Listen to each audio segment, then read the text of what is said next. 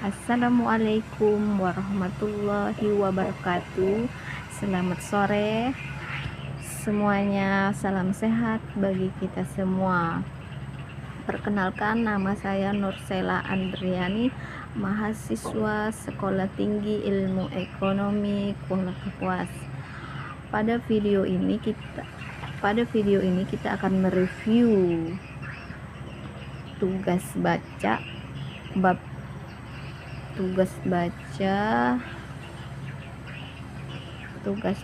pada bab 5 demokrasi permusyawaratan pada buku karya Yudi Latif,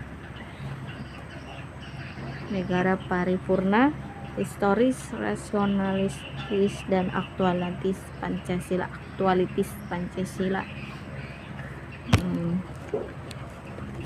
Di sini terdapat pidato Soekarno. Negara Indonesia bukan satu negara untuk satu orang, bukan satu orang untuk satu golongan. Walaupun golongan kaya, tetapi kita mendirikan negara semua buat semua, satu buat semua, semua buat satu. Saya yakin bahwa syarat mutlak kuatnya negara Indonesia ialah permusyawaratan perwakilan. Kalau kita mencari demokrasi, hendaknya bukan demokrasi barat, tetapi permusyawaratan yang memberi kehidupan atau hidup. Soekarno 1 Juni 1945. Jadi dalam pidato Soekarno tersebut bahwa demokrasi, jadi maksud dari demokrasi permusyawaratan itu demokrasi yang dipimpin oleh rakyat, untuk rakyat, dan semuanya untuk rakyat. Jadi kalau dalam bahasanya itu kayak demokrasi kita itu haruslah demokrasi baru, demokrasi yang sejati, demokrasi yang sebenar-benarnya pemerintahan rakyat. Jadi bukan demokrasi ala Eropa dan Amerika yang hanya suatu potret dari pantatnya demokrasi politik saja. Bukanlah demokrasi yang memberi kekuasaan 100% pada rakyat dan di dalam urusan politik saja, tetapi demokrasinya dalam politik, dan juga dalam demokrasi ekonomi yang memberi 100% ya untuk hak milik kita.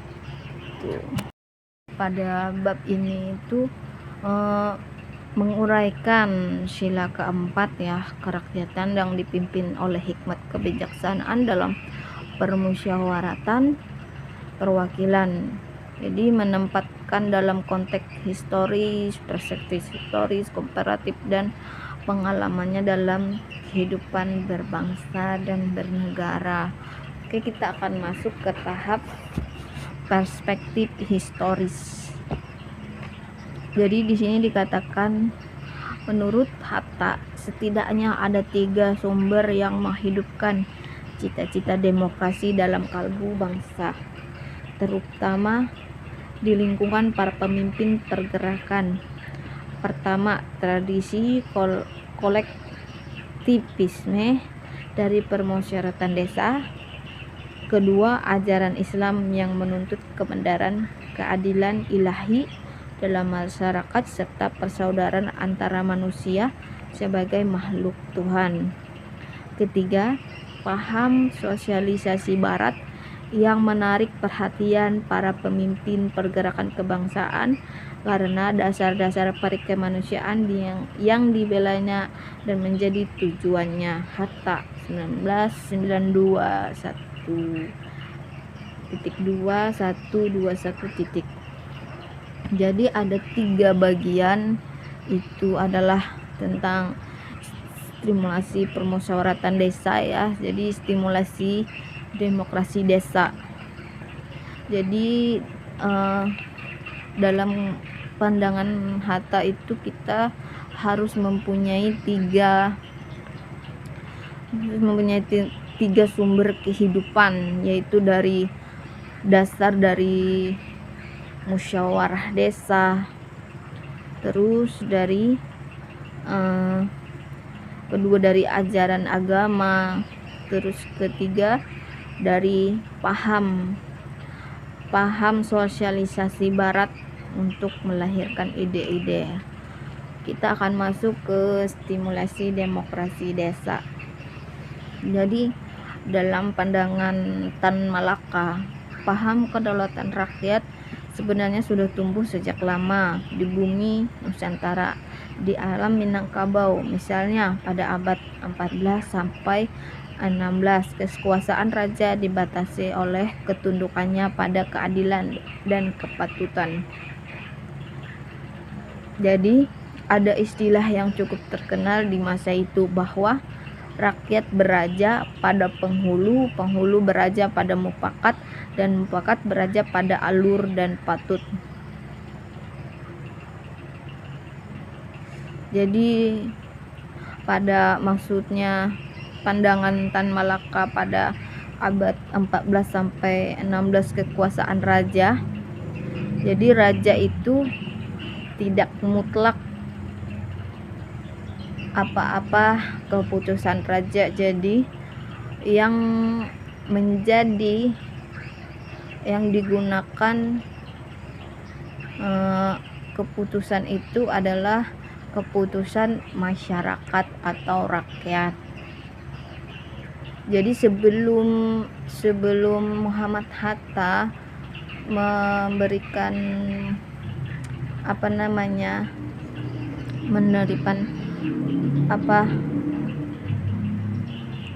memberikan pandangan dalam abad Tan Malaka juga pernah disampaikan atau pernah digunakan pada abad ke-14 pada kekuasaan raja. Jadi menurutnya raja sejati dalam kultur Minangkabau ada pada alur atau logika dan patut. Keadilan alur dan patutlah yang menjadi pemutus terakhir, sehingga keputusan seorang raja akan ditolak bila bertentangan dengan pikiran akal sehat dan prinsip-prinsip keadilan. Malaka 2005.215/16.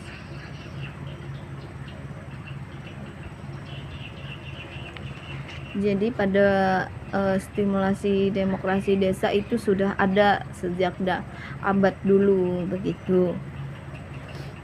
Jadi analisis Muhammad Hatta itu tentang demokrasi Nusantara itu bertahan di bawah feudalisme karena banyak tempat di Nusantara tanah sebagai faktor produksi penting bukanlah kepunyaan raja, melainkan dimiliki bersama oleh masyarakat desa. Jadi Muhammad Hatta juga berpendapat demikian,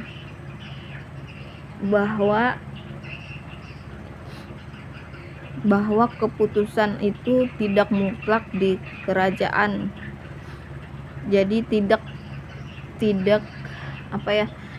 digunakan di perkataan raja atau dinegosiasikan dengan rakyat begitu. Jadi Hatta pun berpendapat demikian. Terus kemudian Hatta juga menambahkan dua anasir atau pendapat lagi dari tradisi demokrasi desa yang asli di Nusantara itu, yaitu hak untuk mengadakan protes bersama terhadap peraturan-peraturan raja yang dirasakan tidak adil, dan hak rakyat untuk menyingkir dari daerah kekuasaan raja apabila ia merasa tidak senang lagi hidup di sana. Jadi apabila seorang raja itu ya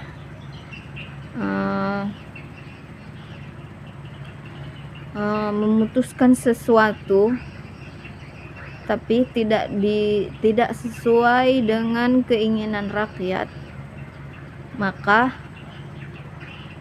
itu tidak digunakan, begitu ya. Jadi ada penambahan lagi, ada sebuah protes di situ. Jadi protesnya itu dalam bahasa kita sekarang itu adalah demokrasi atau demo di dalam kepresidenan kita sekarang gitu kan. Terus hak rakyat untuk menyingkirkan dari daerah kekuasaan raja. Jadi dari kekuasaan raja itu kita contohnya kayak presiden kita sekarang gitu kan, itu mempunyai pilihan seorang pemimpin kita sekarang mempunyai pilihan apabila kita tidak mampu lagi memimpin. Jadi maksudnya dalam menambahkan dua anasir dari Muhammad Hatta itu, kekuasaan raja apabila ia merasa tidak senang lagi hidup di sana. Jadi Hatta menambahkan dua anasir lagi dari tradisi demokrasi desa yang asli Nusantara, yaitu hak untuk mengadakan protes bersama terhadap peraturan, kemudian yang dirasakan tidak adil, dan kemudian kedua menyingkirkan dari daerah kekuasaan raja apabila ia merasa tidak senang lagi hidup di sana. Jadi apabila seorang raja itu pemimpin kerakyatan itu tidak mampu lagi gitu hidup di sana, maka bisa digantikan lagi atau dipilih lagi dengan demokrasi rakyat itu. Terus dengan yang pertama tadi tentang bisa diprotes. Jadi ada 5 ya anasir demokrasi. Pertama tadi tentang rapat atau mufakat, gotong royong, dan hak mengadakan protes bersama, dan hak menyingkirkan daerah dari kekuasaan raja. Dari daerah kekuasaan raja dipuja dalam lingkungan pergerakan nasional sebagai pokok yang kuat bagi demokrasi sosial yang akan dijadikan dasar pemerintahan Indonesia merdeka di masa datang. Jadi ada 5 anasir demokrasi dari Hatta tadi tentang rapat, mufakat, gotong royong, hak mengadakan protes bersama, dan hak menyingkirkan dari daerah kekuasaan raja tersebut. Tuh. Terus kita masuk pada stimulasi Islam atas demokrasi. Jadi dalam kita masuk pada tahap stimulasi Islam atas demokrasi. Jadi dalam pandangan Soekarno bahwa Islam itu berpengaruh besar dalam demokrasi politik di Nusantara. Jadi intinya bahwa Islam itu meyakini Tuhan satu, yang Maha Esa, hanya satu. Kemudian di sini dikatakan membumikan nilai-nilai demokrasi Islam di Nusantara itu tidak hanya merefleksikan pengaruh Islam secara sepihak, melainkan juga dipengaruhi oleh budaya masyarakat Nusantara sendiri, juga dipengaruhi oleh budaya masyarakat sendiri yang menyediakan lahan yang subur bagi persemaian bibit-bibit demokrasi. Jadi bukan hanya musyawarah, bukan hanya demokrasi desa, tetapi ada timbul juga demokrasi Islam di Nusantara. Jadi Islam demokrasi. Terus kita masuk stimulasi barat atas demokrasi. Jadi dalam stimulasi barat atas demokrasi itu, kita itu melihat bagaimana ide-ide keragaman yang kita ambil positifnya dalam pemikiran orang barat, tapi karena dalam hal ini maka muncullah itu tentang kolonialisme disebabkan oleh pertumbuhan nasionalisme dan demokrasi di Indonesia Barat. Jadi muncullah kehadiran kolonialisme Eropa, khususnya Belanda, di Indonesia, membawa dua sisi koin dari peradaban Barat, sisi represi imperialisme merkantilisme dan sisi humanisme demokrasi. Jadi ada penindasan politik dan pengisapan ekonomi imperialisme dan kapitalisme yang jadi itu menumbuhkan sikap anti penindasan, anti penjajahan dan anti penodaan di kalangan para perintis kemerdekaan bangsa Indonesia. Terus kita masuk pada tahap perspektif teoritis komparatif. Jadi Abraham Lincoln secara sederhana mendefinisikan demokrasi sebagai pemerintah dari rakyat, oleh rakyat, dan untuk rakyat. Jadi pemerintah demokrasi itu harus memiliki syarat tiga pokok persyaratan tersebut adalah kekuasaan pemerintah berasal dari rakyat yang diperintah, kekuasaan itu harus dibatasi, pemerintah harus berdaulat. Jadi artinya cukup kuat untuk menjalankan pemerintah secara efektif dan efisien. Jadi pemerintah itu harus mempunyai 3 syarat demokrasi.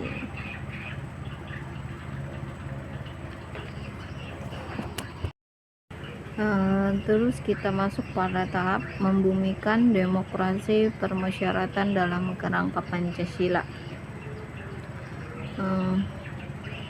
Dalam ungkapan Soekarno, demokrasi yang harus kita jalankan adalah demokrasi Indonesia, membawa kepribadian Indonesia sendiri. Jika tidak bisa berpikir demikian, itu kita nanti akan tidak dapat menjalankan apa yang menjadi amanat penderitaan dari rakyat itu.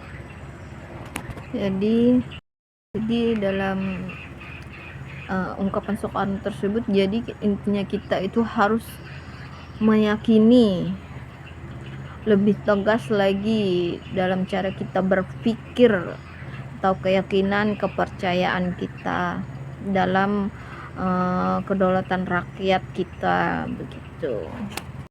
Jadi kesimpulannya dari bab ini itu adalah kedaulatan rakyat atau demokrasi memiliki jangkar yang kuat dalam sejarah politik Indonesia. bersumber dari tradisi musyawarah desa, semangat kesederajatan, persaudaraan dan perusahaan Islam, dan gagasan emansipasi dan sosialisasi demokrasi Barat.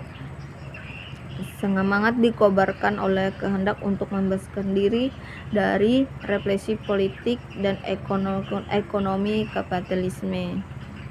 Jadi intinya itu demokrasi permusyawaratan itu tidak hanya demokrasi politik saja, tetapi dalam hal demokrasi ekonomi juga harus merdeka dalam kedua hal tersebut, sehingga kolonialisme tidak merajalela di Nusantara kita. Itulah kesimpulan dari review buku bab 5 tentang demokrasi ekonomi. Terima kasih, salam sehat bagi kita semua.